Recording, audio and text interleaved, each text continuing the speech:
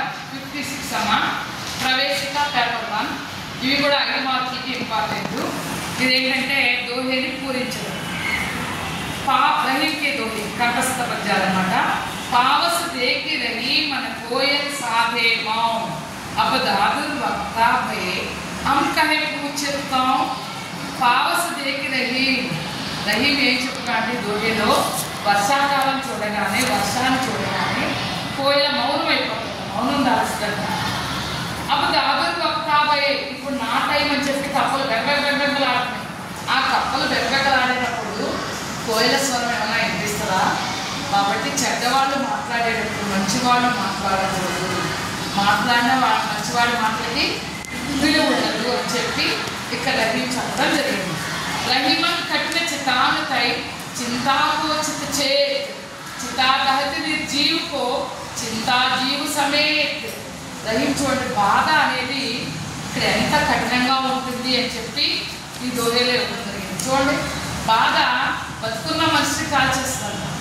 కాబట్టి దేనికంటే ఇది కష్టమైంది అంటే చిత.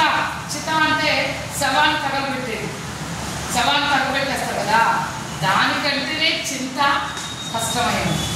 చూసారా, ఇంకా అదే దీని మీద ఈ బాధ మీద అదే పెట్టాలి, చచ్చిపోవడమే.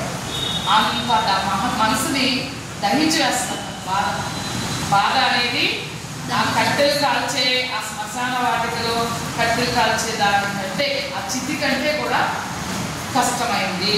చితా దహతి నిర్జీవుకో, అక్కడ చితానేమో ఆ శ్మశాన వాటికలో ఆ చితి ఏమో ప్రాణం లేని వాడిని దహించేస్తుంది. ఈ బాధ అనేమో చింతా జీవు సమే, మనసులో బాధ అనేది మనిషినే కాల్చేస్తుంది, బతుకుండగానే కాల్చేస్తుంది.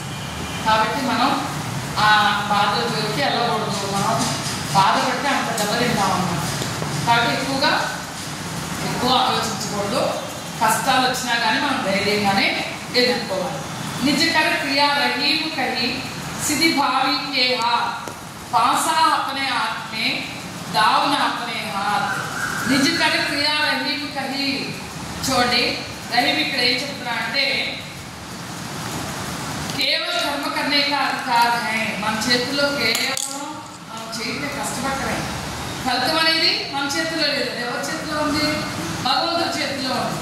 మనం బాగా కష్టపడ్డాం అనుకోండి, ఫలితం మంచి ఫలితం వస్తుంది. మనం కష్టపడలేదనుకోండి, ఫలితం వస్తుందా? కాదు. కష్టపడటం వరకే మనం ఉంటుంది, తర్వాత ఫలితం మన చేతిలో లేదు అని చెప్తున్నాడు. అంటే పాసా అపనే హాత్నే దావన అపనే హాత్. ఆ గవ్వలే మన చేతిలో ఉంటాయి. ఆ తర్వాత గవ్వలేసేటప్పుడు అవి ఏం పడుతుంది అనేది మన చేతిలో మనకు తెలుసుద్దా? అవి పడే వరకు తెలియదు, అలాగే రిజల్ట్ వచ్చే వరకు మనకి తెలియదు అని చెప్పడం అన్నమాట. నెక్స్ట్, अब रही मुश्किल पड़ी गाड़े दो काम सांचे से तो जग नहीं जुटे नहीं. రహీం అంటున్నాడు, 2 పనులు కష్టంగానే ఉన్నాయి. చూడండి, నిజం మాట్లాడటం కష్టంగానే ఉంది, అబద్ధం చెప్పడం కూడా కష్టంగానే ఉంది. నిజం మాట్లాడామనుకోండి జగనాన్ని ప్రపంచం నవ్వదు, అబద్ధం చెప్పామనుకోండి భగవంతుడు మనల్ని శిక్షిస్తాడు, మనకి భగవంతుడు దయచూడు. కాబట్టి 2 కష్టమైన పనులు ఏం చెప్తాడు భగవంతుడు. అబద్ధాలు చెప్తే భగవంతుడు మనకు దొరకడు, నిజం చెప్తే ప్రపంచం మనని నమ్మదు. ఓచో కామ్ బడే కరై तो ना बढ़ाई हो जो रहीम हनुमंत को गिरधर कहे ना कोई. ఓచో కామ్ బడే కరై. చూడండి, గొప్ప గొప్ప పనులు మనం గొప్ప గొప్ప వాళ్ళు చేసినా కానీ ఏం పొగడం మనం. చూడండి, క్లాస్లో చూడండి, ఎప్పుడు పవిత్రాన్ని పొగుతాం, ఇంకా పవిత్రకి ఫస్ట్ వస్తున్నాం. అదే పవిత్ర బదులు ఇంకో వేరే కొత్త అమ్మాయి ఫస్ట్ తెచ్చుకుందనుకోండి, మనం పవిత్ర కంటే ఎక్కువగా ఆ అమ్మాయిని పొగుతాం. అవునా కదా?